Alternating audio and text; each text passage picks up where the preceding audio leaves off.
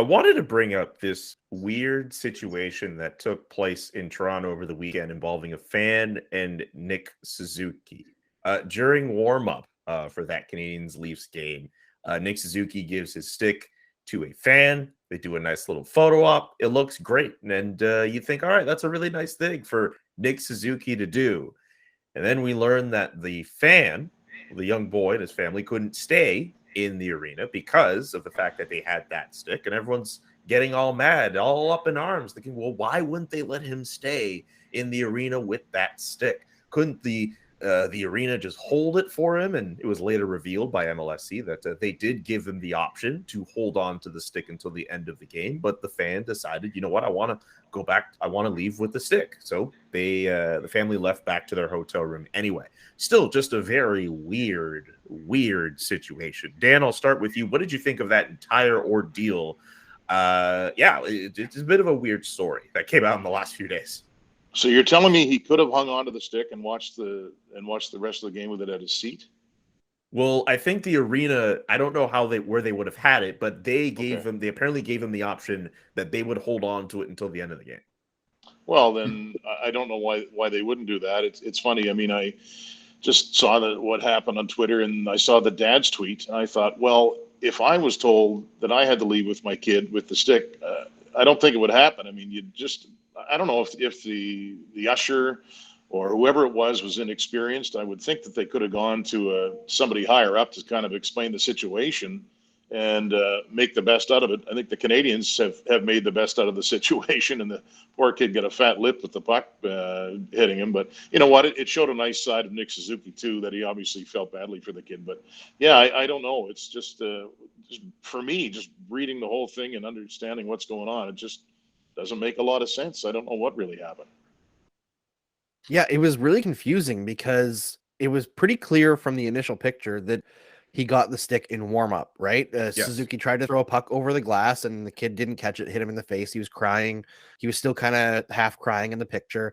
And my assumption when the story first came out was that right after that happened, Maple Leafs fan service, ushers, people, or MLSC fan service came over and said, listen, we'll check the stick for you, and you'll get it back after the game. And the kid was so upset that he wouldn't let go of the stick, right? Because I have small kids. I get that. When the kid's in like the upset zone, you can't really break it. You have to wait it out. So that's what my assumption was. And the father was just like, whatever, we'll just leave.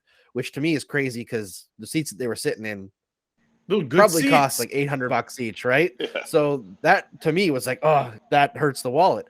And then they went online after and tried to like get something out of it, the Canadiens for it essentially. But then the Maple Leafs fan services said that they took the stick away because the fan was walking in the concourse with 10 minutes remaining in the game with the stick. So at that point, I'm like, there's 10 minutes left. Yeah. So this kid must have had it for most of the game. And then you say, I'm going to kick you out. Like, that doesn't make sense. At that point, I don't understand why they wouldn't just let the kid have it, because there've already been 2 intermissions. You know, it's not like they're going to do anything. They got it at the beginning of the game. So now I'm like, who's not like, there's more to this story that's not exactly being told to us, but I'm glad that the Canadiens are making it right. Either way, it seems like the Maple Leafs just could have handled this better. If it was at the beginning of the game and the kid was upset, the ushers could have said, you know, let the kid calm down. We'll come back later. Then we'll check the stick. If it was at the end of the game, just let it go, man. It's the end of the game. Just let it go. I know that you think a stick is a weapon, but even if you check the stick at the end of the game, they'll have to walk out of the building with the stick through the crowd, right?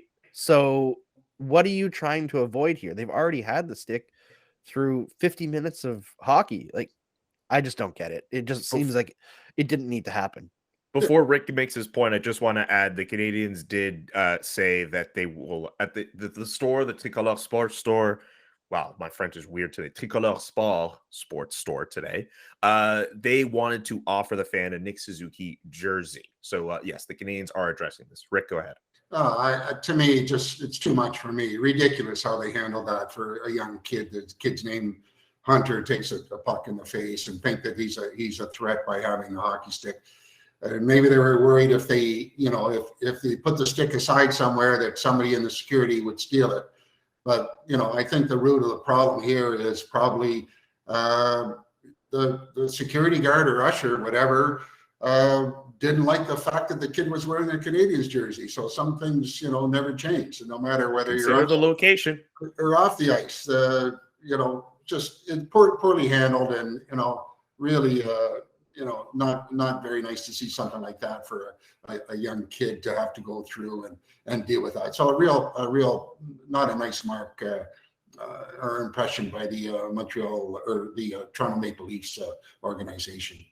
Yeah, and organizations like the Leafs aren't one of them that I've known, but there are teams around the league that if you're wearing the opposing team's jersey in camera range along the benches, they don't like it, right? Like, do you remember the Tampa Bay Lightning over the last couple of playoffs? In the playoffs, they will make you take off your jersey or they'll kick you out. Different, especially Sunbelt teams, they want to make sure that it's their jerseys showing on the camera. I don't know if the Leafs we might have to fact check that, but definitely there are teams that really want to ensure that the fans that are into their buildings are their own fans, and they'll do everything they can to ensure that those people buying tickets are their own fans. That for sure has happened. Well, I remember there was a few years ago when the Canadiens were facing the Lightning in the playoffs in like the second round. It must have been like 2015 or something. They had like geo-locked the ticket so that if you had a Quebec like internet IP address, you couldn't buy tickets to the Tampa Bay games. Like, teams do want their own fans in the games. They want their own fans to be shown on TV. But this, I don't know if that's what this was, and it was a punishment for being a Canadiens fan or whatever. But no matter what, they didn't handle it well. Yeah. Anyway, weird story, but at least the Montreal Canadiens are going to address it with that fan. Let us know in the comments section what you think of that entire story, and be sure to subscribe to the Hockey Inside Out show while you're here, as well as the Hockey Inside Out newsletter, montrealgazette.com/newsletters. Visit hockeyinsideout.com, where you can read some great stuff. I hear Andrew sometimes contributes to the website every now and again, so hey, maybe you'll come across an Andrew Berkshire story. You should read it. It's good for you. It's like vegetables.